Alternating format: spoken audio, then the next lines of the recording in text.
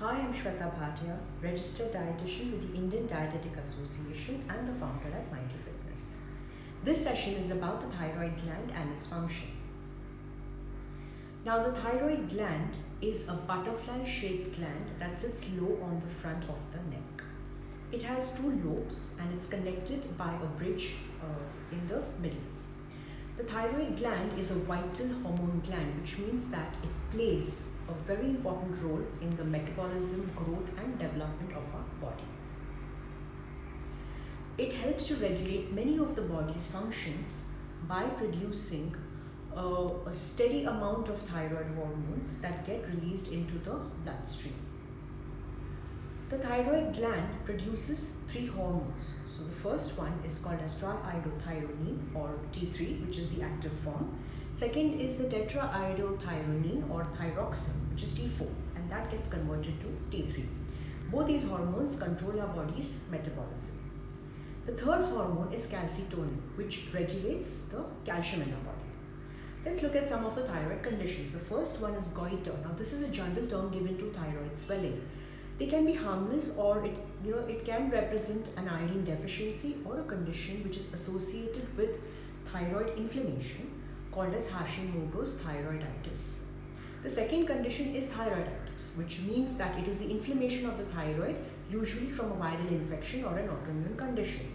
Now, this can be painful, or sometimes there could be no symptoms at all. The third condition is hyperthyroidism, which means excessive thyroid hormone production.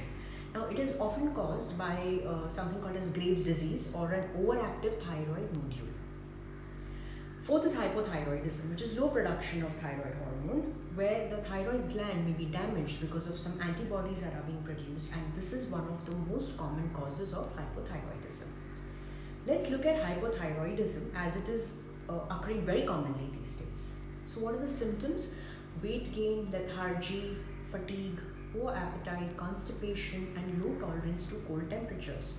Sometimes these symptoms can come in a combination. What are the causes? Now, the most common is iodine deficiency, but in India we consume iodized salt, so that largely takes care of the iodine supply in our diet. Second is an autoimmune condition called as Hashimoto's thyroiditis, which I just mentioned, where the body produces antibodies against the thyroid gland and damages it. Less common causes would be disorders of the anterior pituitary gland in our brain, or certain medications or birth defects, or previous thyroid surgery because of thyroid cancer. And sometimes a condition called as subclinical hypothyroidism may develop, where the TSH level is high, but the T3 and T4 could be normal, and that could be because of stress or some illness, etc. Now, the diagnosis of hypothyroidism is done by a blood test which measures TSH, T3 and T4.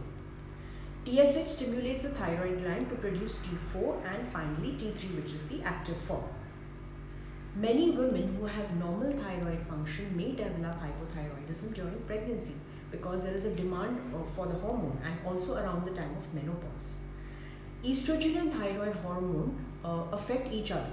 So a low estrogen level may lead to mild hypothyroid condition. Now, the thyroid hormone also affects insulin, and both hypothyroidism and hyperthyroidism can cause insulin resistance, which is diabetes. Let's look at the management. The first one is medication. Now, obviously it needs treatment with thyroid hormone, which is given by a doctor. It is taken about 30 to 60 minutes before a meal or 4 hours after a meal, because it interferes with food. Now, we need to treat the underlying cause in case of conditions which directly affect the thyroid gland, if there is any. If you have antibodies to thyroid, you are most likely going to be on medical treatment for life. That is again decided by the doctor. Now, it is necessary to review your medications every 3 to 6 months as guided by your physician. Now, remember, too much or too little medication is also harmful. The second point is about the diet. Now, a very low carbohydrate diet is very beneficial in these conditions. Now, it's a myth that low carbohydrate diet affects the thyroid levels negatively. Eating carbohydrates actually requires more thyroid hormone, and it is required to burn the glucose that is produced from these carbohydrates. So when you are on a very low carb diet, you don't need so much thyroid hormone because you are not increasing the glucose load. So the body reduces the production, and this is a positive adaptation. It also preserves muscle mass. It is not a negative side effect. In fact, lower T3 levels, but obviously within range, may be a good thing for increasing your lifespan. So, a low carb diet also lowers inflammation in the body, which is a good thing for those who have inflammation in the thyroid gland.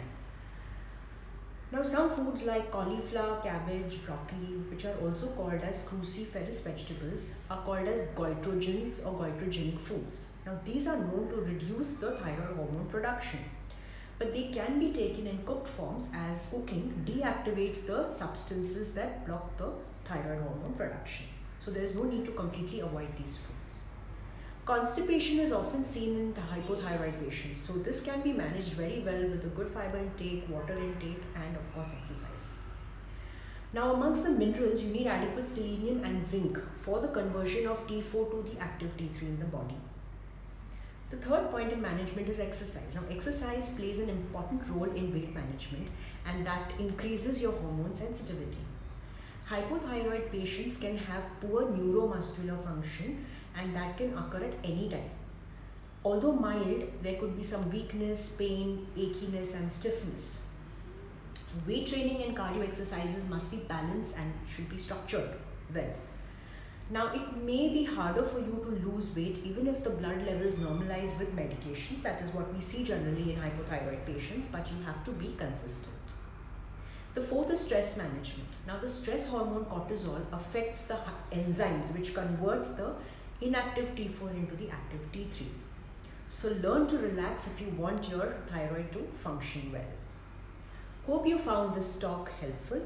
Thank you, and see you again next time with another health related topic.